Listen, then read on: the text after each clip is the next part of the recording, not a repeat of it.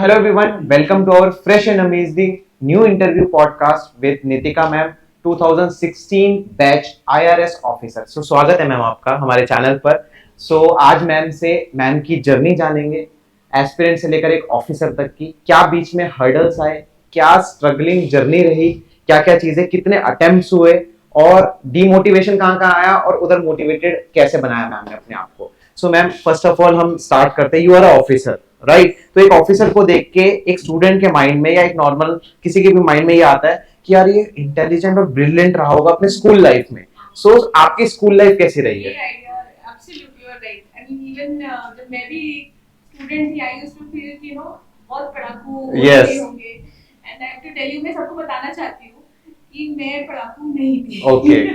मैं बहुत ही नटखट टाइप की इंसान थी। नॉट दैट कि मैं फेलियर थी, ऐसा भी नहीं था, लेकिन जो टॉपर्स आते हैं कि टॉप 3 में ही आते हैं, वो मैं ऐसे कुछ वैसे नहीं थे। आई वाज 85% और हमारे घर में अगर कोई 90% से नीचे लाता था तो वो इंटेलिजेंट की कैटेगरी में नहीं होता था। तो ठीक है, लेकिन मैं थोड़ी सी रही हूँ नटखट, तो मुझे था कि मुझे पढ़ाई भी करनी है और मुझे अपनी लाइफ एंजॉय भी करनी है। और आप बिलीव नहीं करेंगे, कहीं ना कहीं मेरे आगे चलने करियर में मुझे हेल्प किया। ओके। क्योंकि मैंने इतने डांस, ऑलमोस्ट सारे टाइप के dances, Bharatanatyam, Kathak, bhangra, salsa, aerobics, उसके अलावा म्यूजिक में मैंने सिंथेसाइजर सीखा है, स्पोर्ट्स में मैंने स्विमिंग सीखी है, बैडमिंटन सीखा है, हैंड राइटिंग एनालिसिस आता है मुझे। ये सब मैंने अपने पढ़ाई के साथ साथ किया। राइट। और ये सब लेके जब मैं अपने इंटरव्यू बोर्ड मेंबर के जब सामने आई थी, तो वो इतने खुश हुए कि उन्हें कोई ऐसा बंदा चाहिए जो सब कुछ बैलेंस करके चले। Yes right. क्योंकि उससे जो आपकी पर्सनालिटी होती है वो अलग ही तरीके से निखर के आती है। लेकिन यस, मैं ये नहीं कहूंगी कि आपको पढ़ाई नहीं करनी चाहिए, आपको बैलेंस लाइफ करनी चाहिए। राइट। ये तो हुआ मैम आपका जो स्कूल लाइफ की चीजें हुई। तो आपके माइंड में स्टार्टिंग से ही ये था कि मेरे को सिविल सर्विसेज में जाना है या ये मेरे को एक ऑफिसर बनना है, या कुछ और एम लेके चले थे और कहीं और आ गए? लास्ट ऑप्शन ही सही है। ओके। मैं कुछ और ही एम लेके चली थी और यहाँ पे आई हूँ। और आईआरएस ऑफिसर, क्योंकि इसमें बहुत ज्यादा अकाउंट्स और फाइनेंशियल नॉलेज का यूज होता है, तो ये तो मैंने सपने में भी नहीं सोचा था कि ये मेरा मेन करियर। मैथ्स वीक था आपका? मैथ्स बहुत स्ट्रांग था। ओके। मैं कॉमर्स साइड में, मैं मैथ्स साइड से ही। राइट। मैथ्स में, इनफैक्ट मैथ्स में मैं 90%। Okay okay. That was my favourite subject. और computer programming was the other जो मेरा फेवरेट था। बट उसकी वजह से सब, मेरे पापा इंजीनियर थे, उन्हें लगा कि वो इंजीनियर बेटी है, कंप्यूटर प्रोग्रामिंग भी अच्छा है, मैथ्स भी अच्छा है। तब मैंने अपने पापा के ऊपर 10th में बॉम्ब छोड़ दिया कि भाई मुझे तो फैशन डिजाइनर।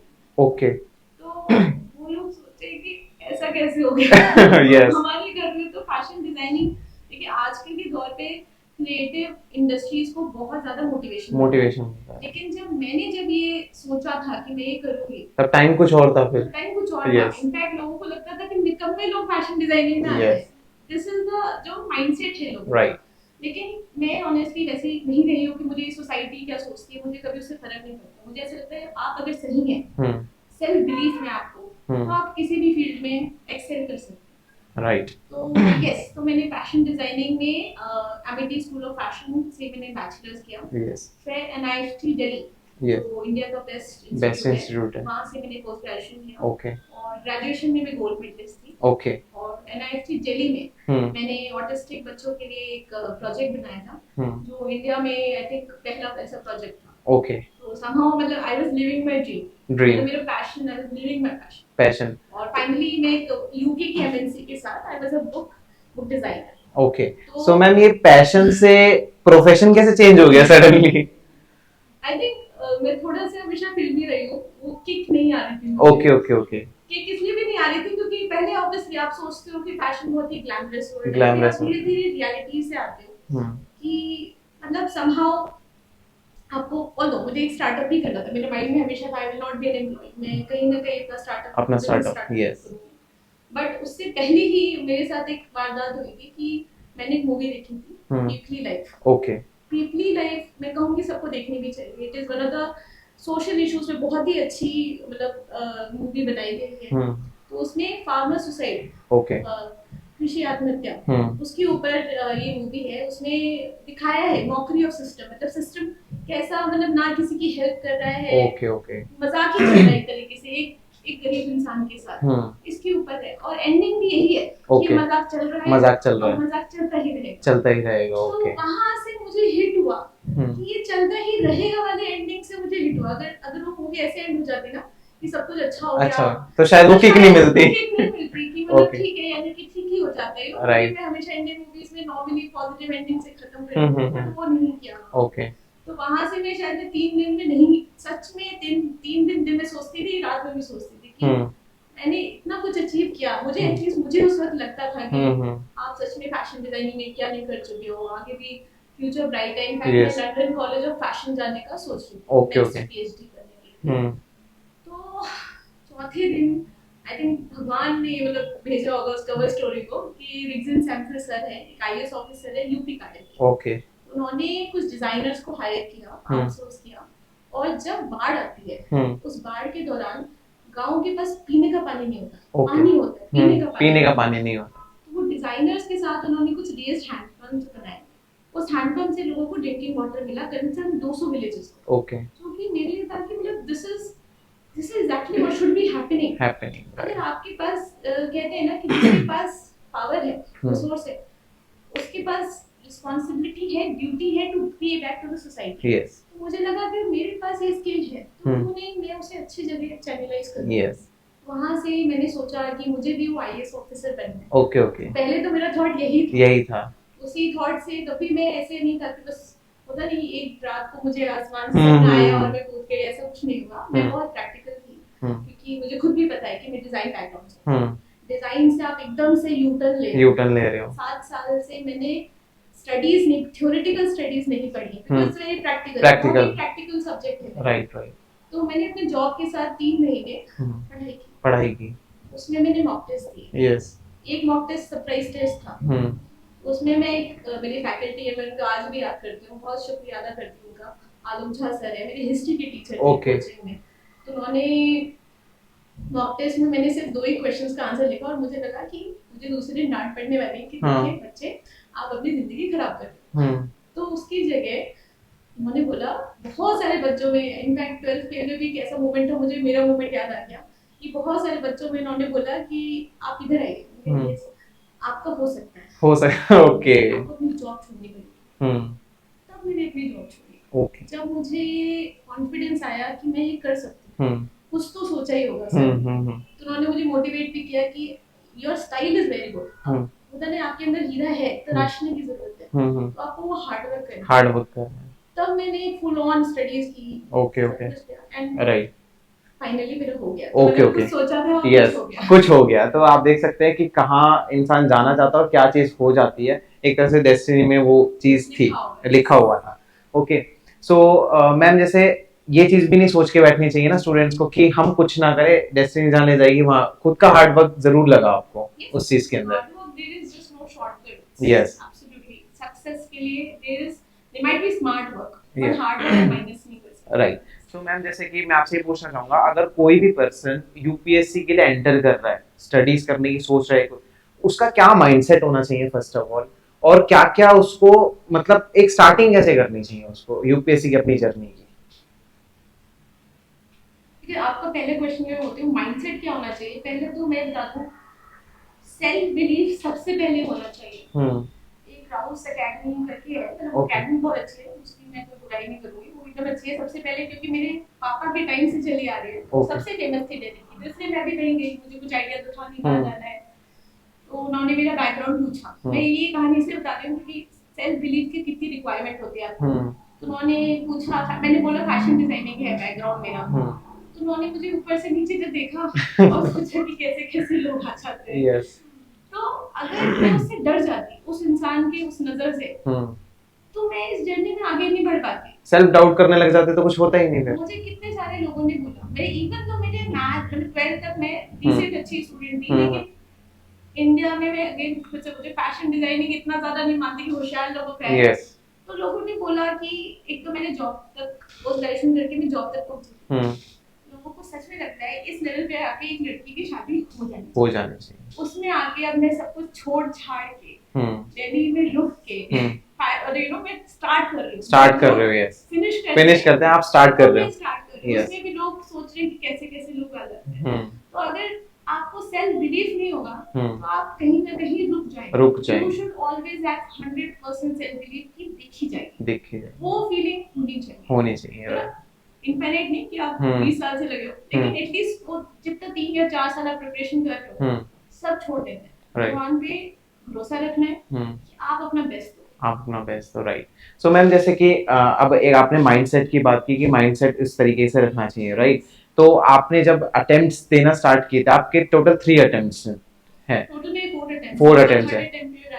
ओके, सो 4th अटेम्प्ट में भी आईआरएस ही हो गया। ओके। सो 4th अटेम्प्ट आपने किस लिए दिया था?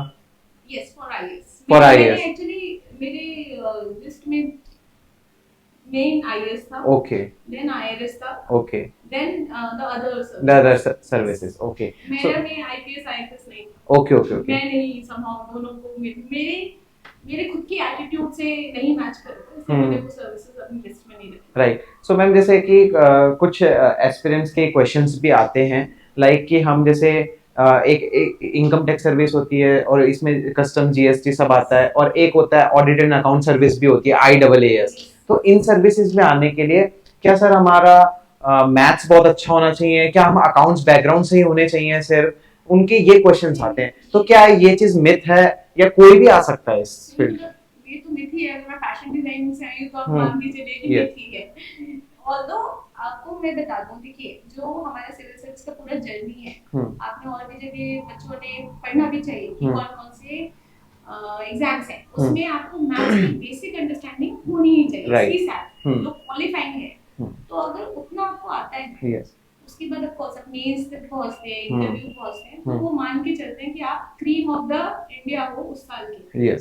उसमें आप के पास वो एप्टीट्यूड है कि आपको जो भी सिखाया जाए आप सीख सकते हो। तो वो तो of course Indian account service है, रेलवे सर्विस है, ट्रेड सर्विसेज हैं, उसमें आपको प्रॉपर्ली 1.5 इयर्स 2 इयर्स की ट्रेनिंग दी जाती है। Then you enter the field. तो वो ट्रेनिंग सब कुछ सिखा देती है और almost right any services. Yes, तो मींस ऐसा नहीं है कि हम कॉमर्स से या अकाउंट्स बैकग्राउंड से ही होने चाहिए तभी हम आईआरएस ज्वाइन कर सकते हैं, लाइक ऐसा कुछ?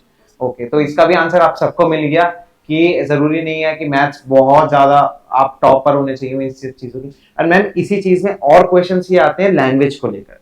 जो हिंदी मीडियम वाले स्टूडेंट्स हैं वो अपने आप को इंग्लिश वालों से कम मानते हैं और वो सोचते हैं ये हमारी अपॉर्चुनिटी ले जाएंगे या ये हमसे आगे ही रहेंगे हमेशा।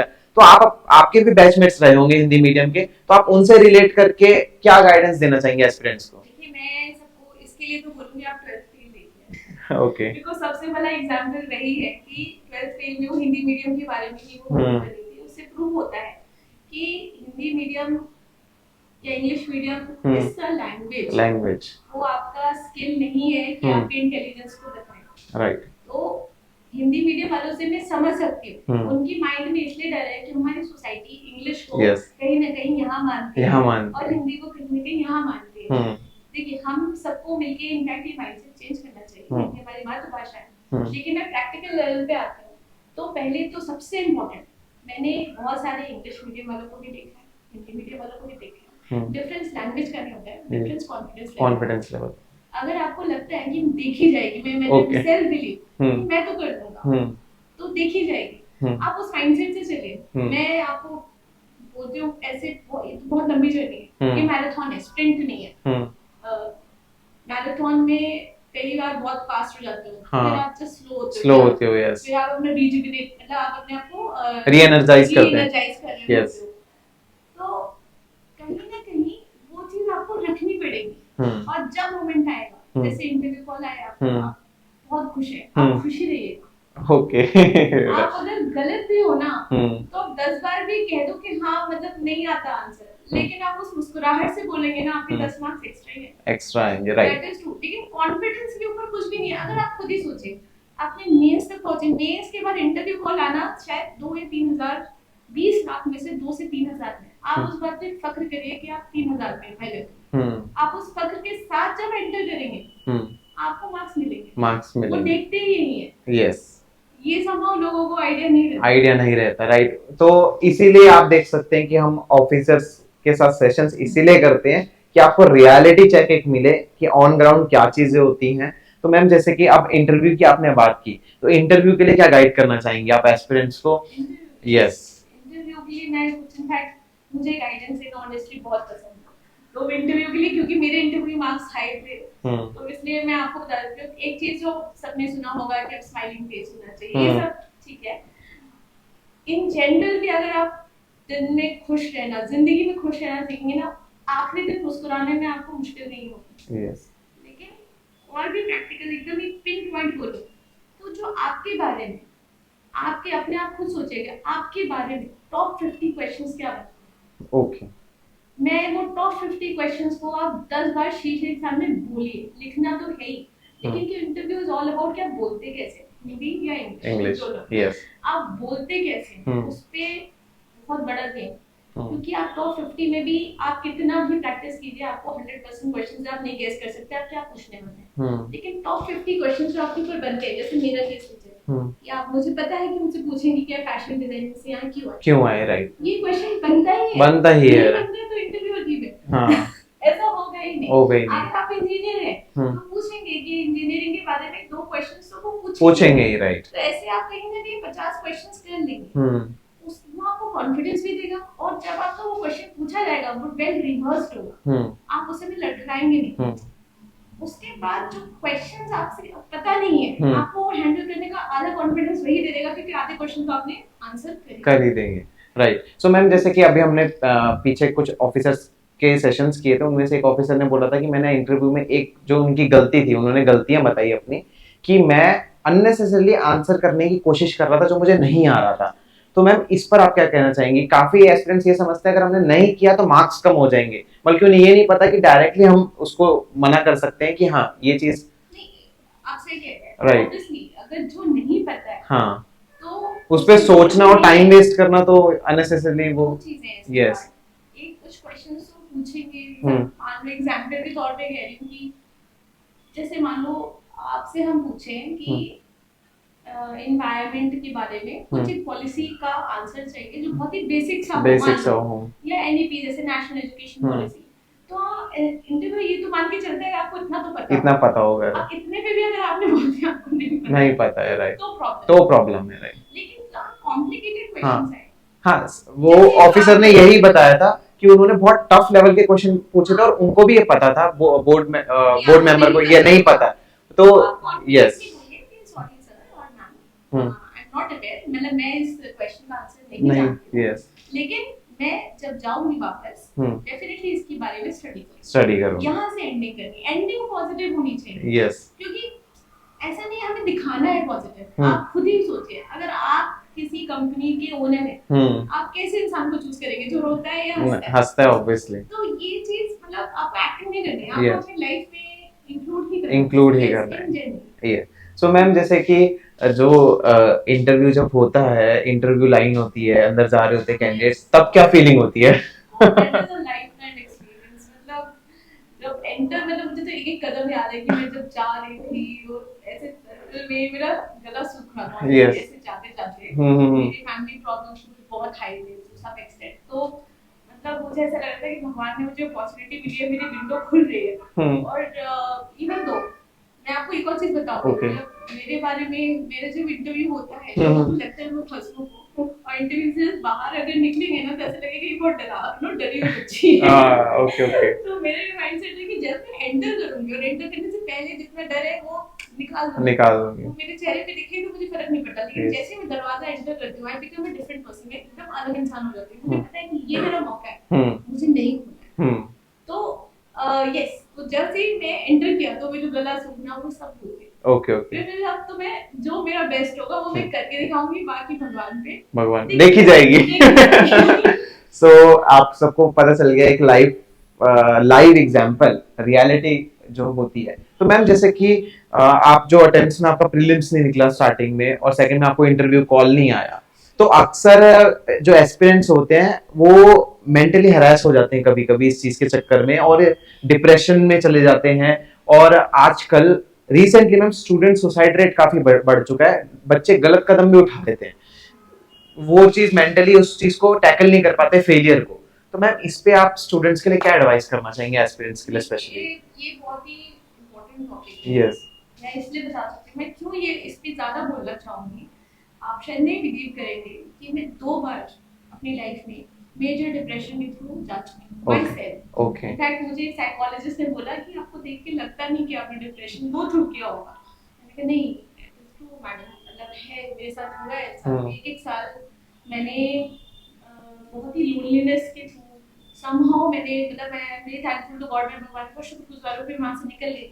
तो डिप्रेशन एक ऐसी चीज है, जैसे मैं कहूँगी मैंने कैसे बैटल किया, क्योंकि जब मैंने ये गो थ्रू किया तब ये वर्ड डिप्रेशन क्या होता है ना, इसके बारे में कोई चर्चा नहीं करता। आजकल चर्चा करते हैं।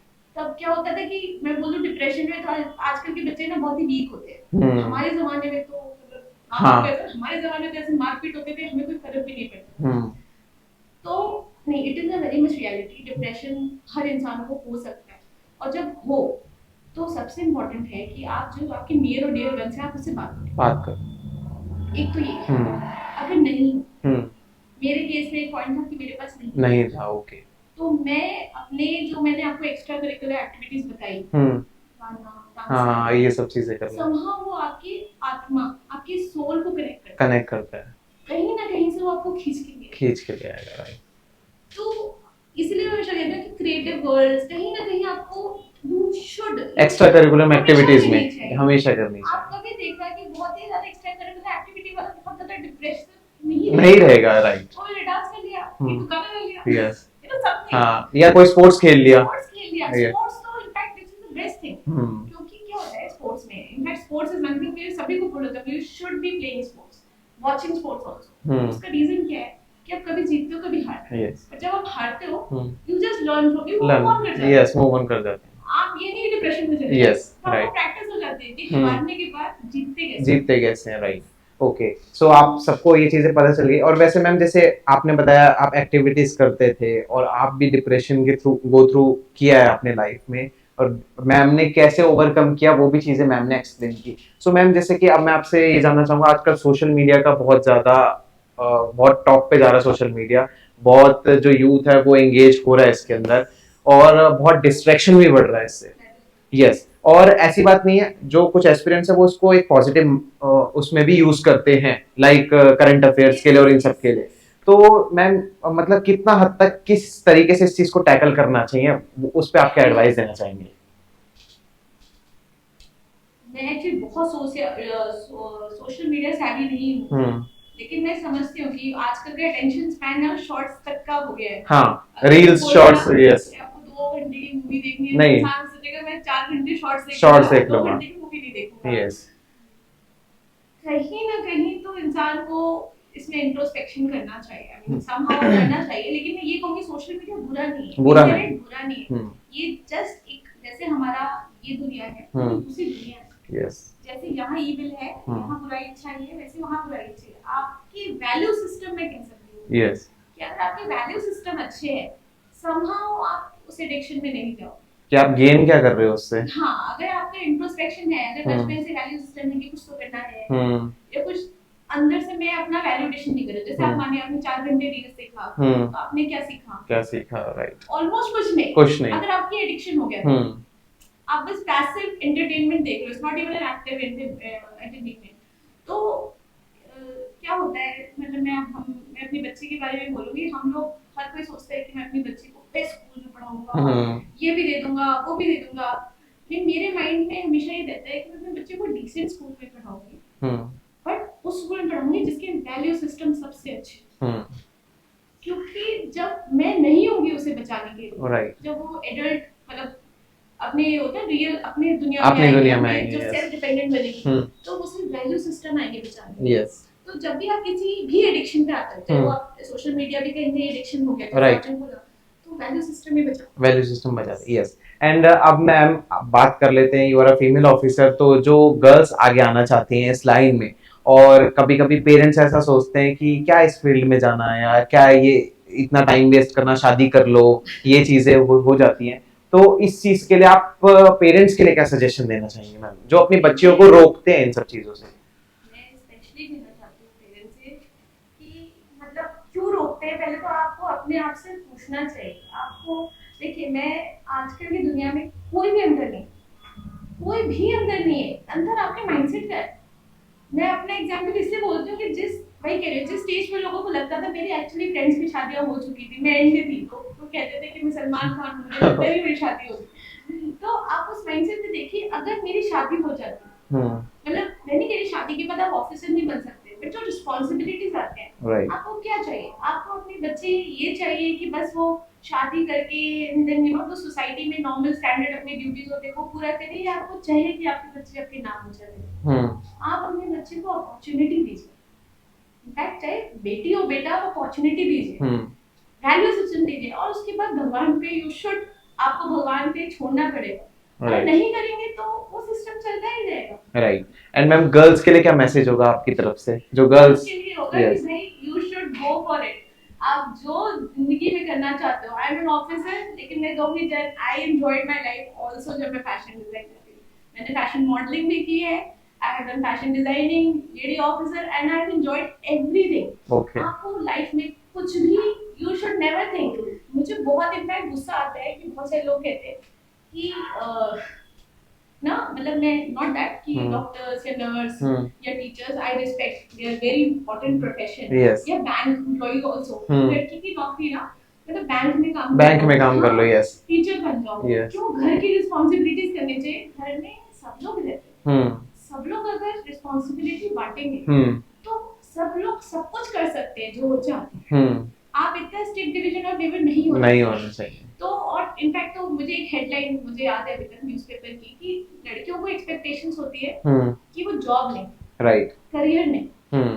Job, yes, this one, yes, आप अपना करियर बनाइए, yes, job is not enough, you should build a career, no matter what.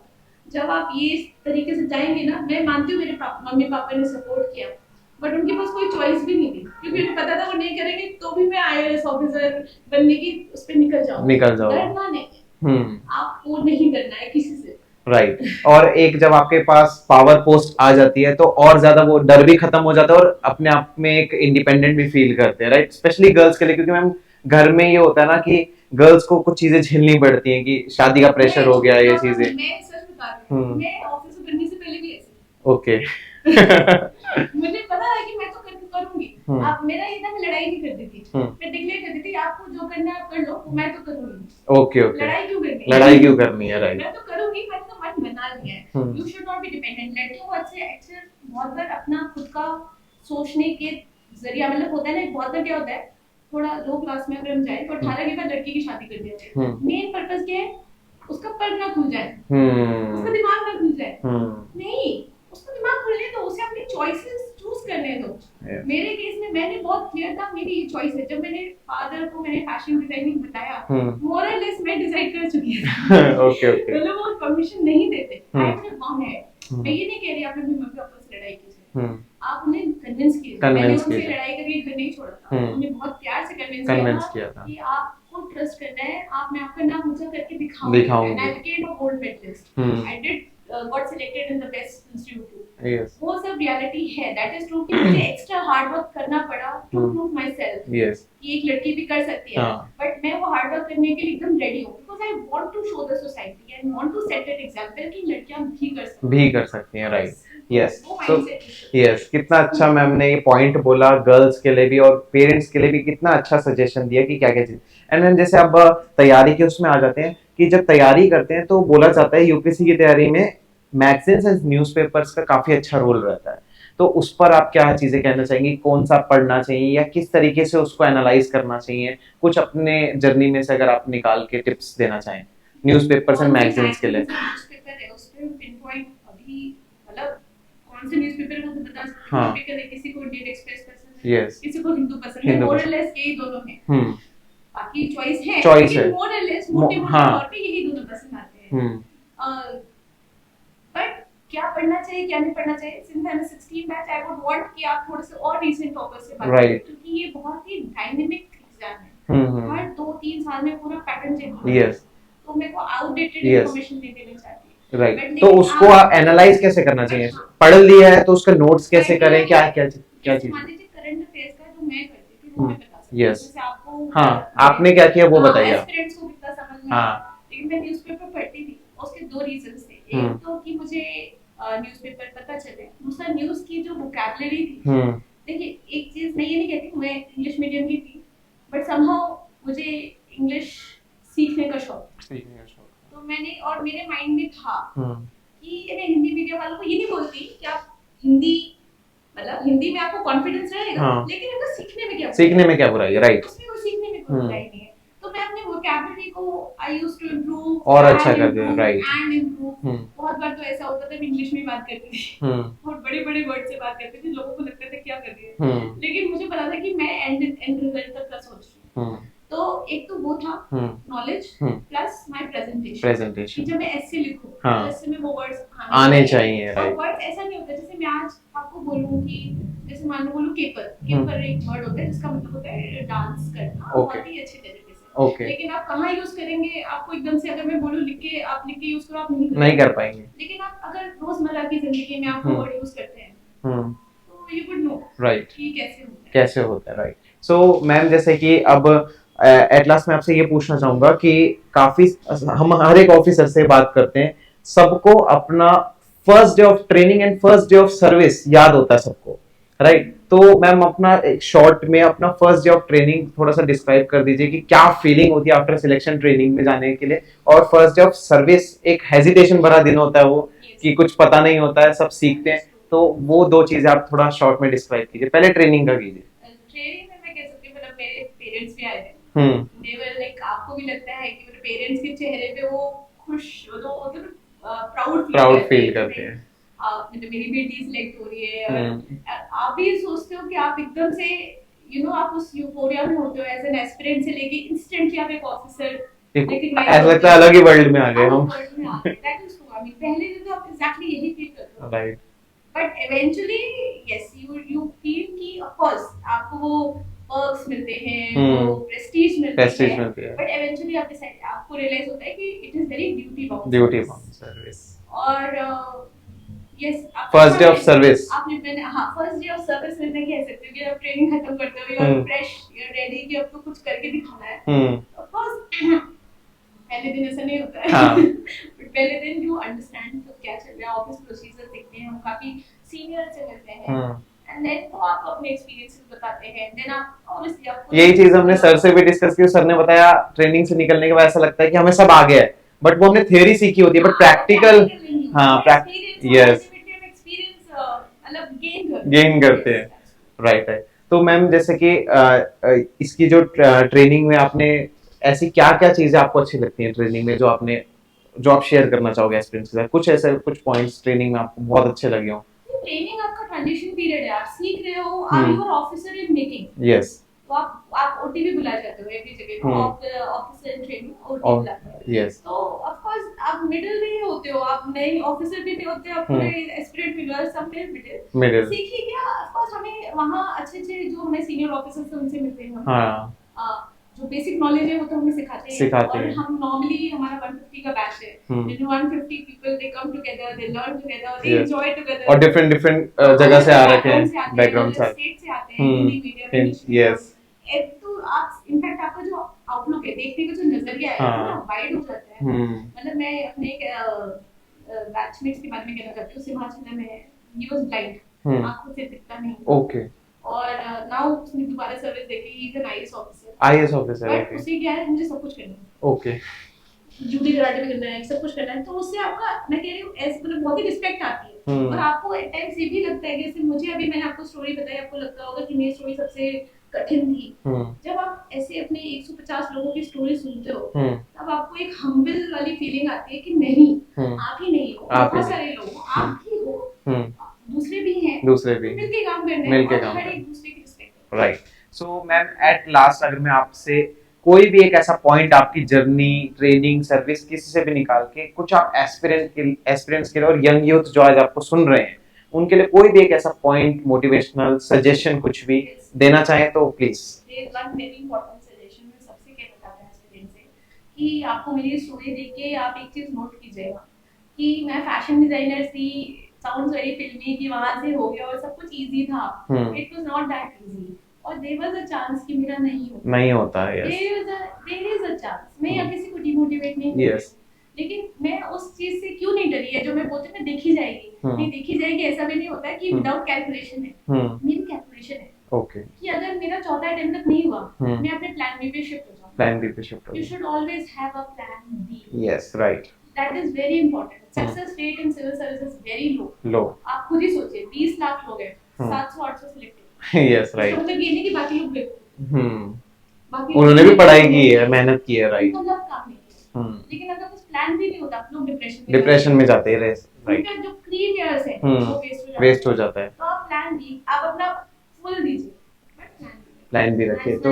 Basic देख सकते हैं आप कि नवनीत सर से भी हमें प्लान बी के बारे में जानने को मिला, मैम से भी हमें प्लान बी के बारे में जानने को मिला कि plan B is important, right. So आप देख सकते हैं कि इतनी अच्छी अच्छी चीजें आज आपको सीखने को मिली। क्या क्या आपको बेस्ट लगी कमेंट सेक्शन में जरूर बताना हमें लिख के। एंड मैम एट लास्ट आप हमारे काम के लिए, हमारे चैनल के लिए अगर 2 शब्द बोलना चाहें जो हम ये काम कर रहे हैं, please. Yes absolutely. I think आप जो कर रहे हैं ना वो मेरे टाइम पे नहीं था, और ये जो मोटिवेशन होता है, क्या होता है, अगर ऑफिसर से लोग मिलना चाहते हैं नहीं मिल पाते, और ऑफिसर चाहे तो भी इतना काम वर्क टाइम नहीं दे होता है कि नहीं मिल पाता। तो आपके चैनल के थ्रू मैं आपको कांग्रेचुलेट करना चाहती हूँ कि आप इतना अच्छा इनिशिएटिव कर रहे हैं, कि अल्टीमेटली तो माइंडसेट का ही खेल है। आजकल इंफॉर्मेशन हर जगह है, बट ऑफिसर का जब माइंडसेट पता चलता है तो कहीं ना कहीं एक मोटिवेशन मिलता है, वो एक किक लग जाता है, मोटिवेशन भी मिलता है कि मैं कर सकता हूँ, कर सकती सकती हूँ, राइट। तो आई कांग्रेचुलेट यू, आप प्लीज इस चैनल को फॉलो कीजिए, आपको इतना अच्छा कंटेंट मिलेगा, and I have full faith on you. Thank you so much, channel बहुत आगे जाएगा। Thank you so much ma'am. तो आपको कितनी अच्छी गाइडेंस मिली। सो मिलते हैं एक न्यू इंटरव्यू पॉडकास्ट के तक। तो थैंक यू सो मच। जय हिंद, जय भारत।